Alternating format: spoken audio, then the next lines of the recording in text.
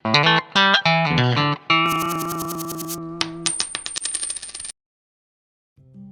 Sobat Invest dimanapun Anda berada. Kelompok besar pelaku pasar di bursa saham secara umum ada dua tipe, investor dan trader. Itu sudah kita ketahui bersama. Namun Anda perlu melihat lebih dalam lagi. Sebetulnya di kalangan para investor pun, ada beberapa gaya investasi yang berbeda-beda.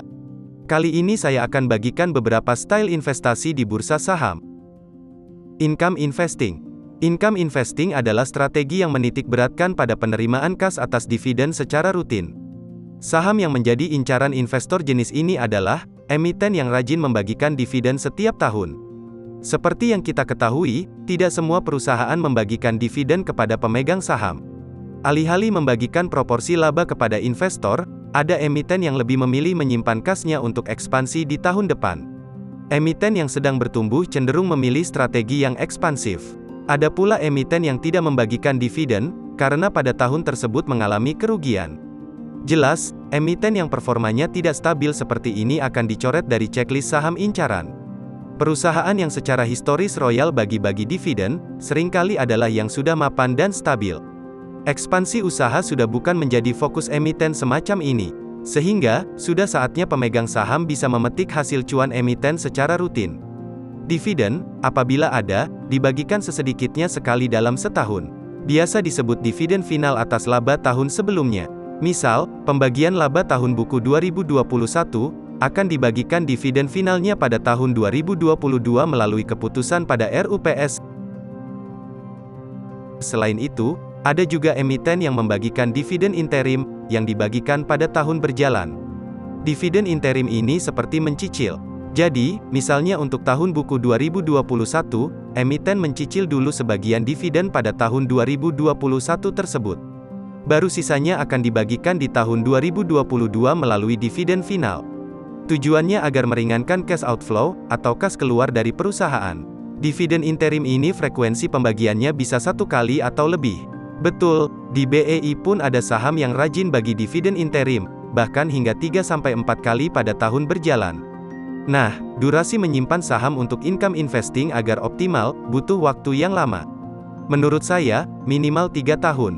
Berdasarkan pengamatan saya, rentang dividen yield untuk saham-saham BEI maksimal mungkin hanya 5%. Artinya jika harga sahamnya Rp100, dividen yang dibagikan paling tinggi hanya senilai Rp5. Ceteris paribus, butuh 20 tahun untuk balik modal. Meskipun sedikit, itu adalah passive income, yang menjadi sasaran utama para income investor. Perlu diperhatikan bahwa, jika perusahaan bisa mempertahankan performa yang solid bertahun-tahun, maka lambat laun harga saham pun akan terkerek naik. Sehingga ini menjadi tambahan benefit bagi para investor, yaitu keuntungan atas capital gain.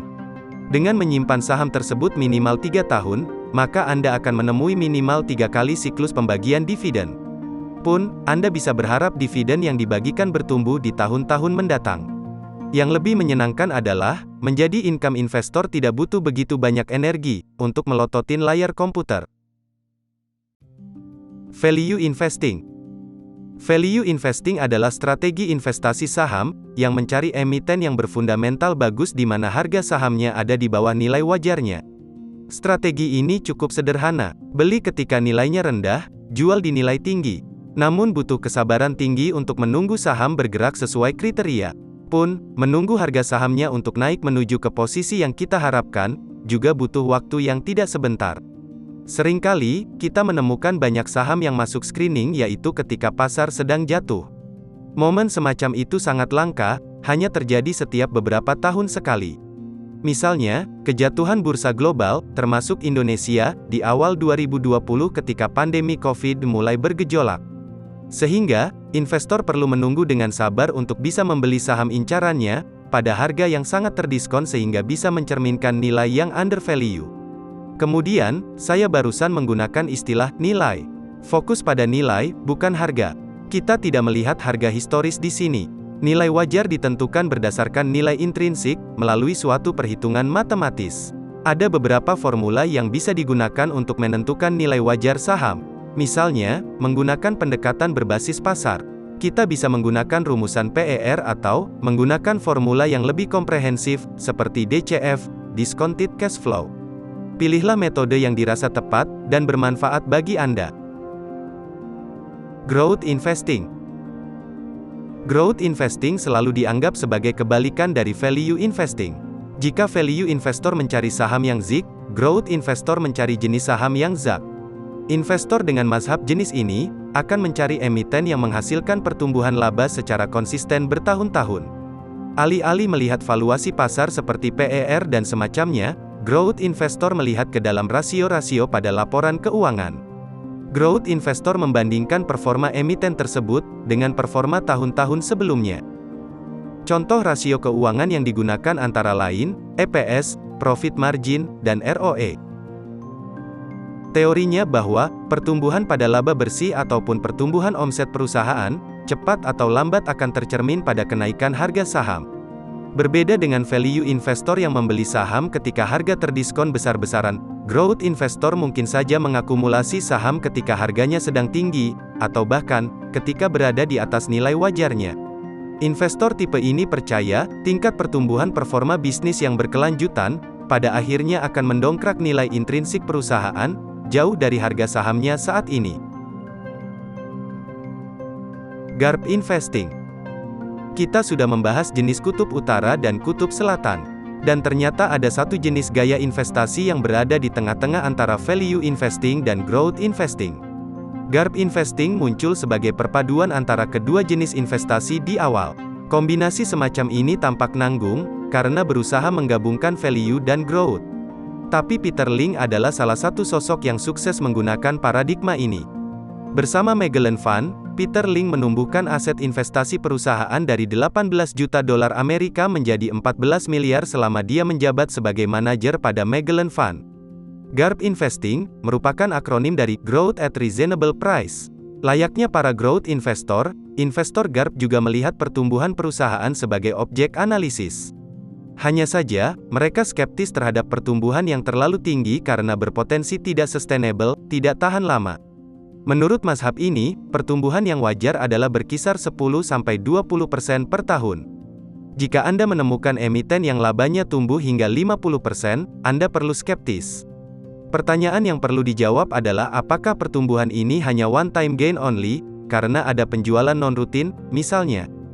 Jika kita berikan konteks ke Indonesia, pertumbuhan ekonomi Indonesia 10 tahun terakhir rentangnya di 5-7%, jadi jika ada perusahaan berskala nasional, atau taruhlah tergolong big caps, bisa bertumbuh hingga 50%, menurut saya itu bukan pertumbuhan yang wajar. Dan, tingkat pertumbuhan sebesar itu, akan sangat sulit dicapai lagi di masa depan. Variabel kedua yang dilihat oleh GARP investor adalah valuasi berbasis pasar. Indikator PER dan PBV juga menjadi alat untuk penilaian saham. Hanya saja, GARP investor menilai PER yang terlampau tinggi, misalnya 50 kali, merupakan angka yang tidak sehat. Berbeda dengan growth investor di mana mereka tidak peduli dengan valuasi pasar yang tinggi, sepanjang performa bisnis sedang bertumbuh signifikan. Dalam hal ini GARP investor membandingkan PER dan PBV emiten pada sektor yang sejenis, kemudian memilih emiten yang valuasinya lebih rendah. Kemudian, kombinasi kedua mazhab itu menghasilkan formula bernama PEG ratio, yang juga dipopulerkan oleh Peter Lynch melalui bukunya, One Up on Wall Street. PEG ratio mengukur valuasi emiten terhadap pertumbuhan omsetnya. GARP investor mencari saham yang punya PEG rasio kurang dari 1, atau bahkan di bawah 0,5. Ini mengindikasikan bahwa, saham masih dihargai lebih rendah daripada pertumbuhan labanya. Sehingga, angka tersebut mencerminkan kondisi yang undervalue. Strategi investasi GARP tampak lebih konservatif jika dibandingkan dengan growth investing, tapi lebih agresif dibandingkan value investing. Itulah beberapa gaya investasi para pelaku pasar di bursa saham. Manakah style yang paling tepat untuk Anda? Subscribe channel ini untuk selalu mendapatkan wawasan baru tentang investasi. Stay healthy and happy investing.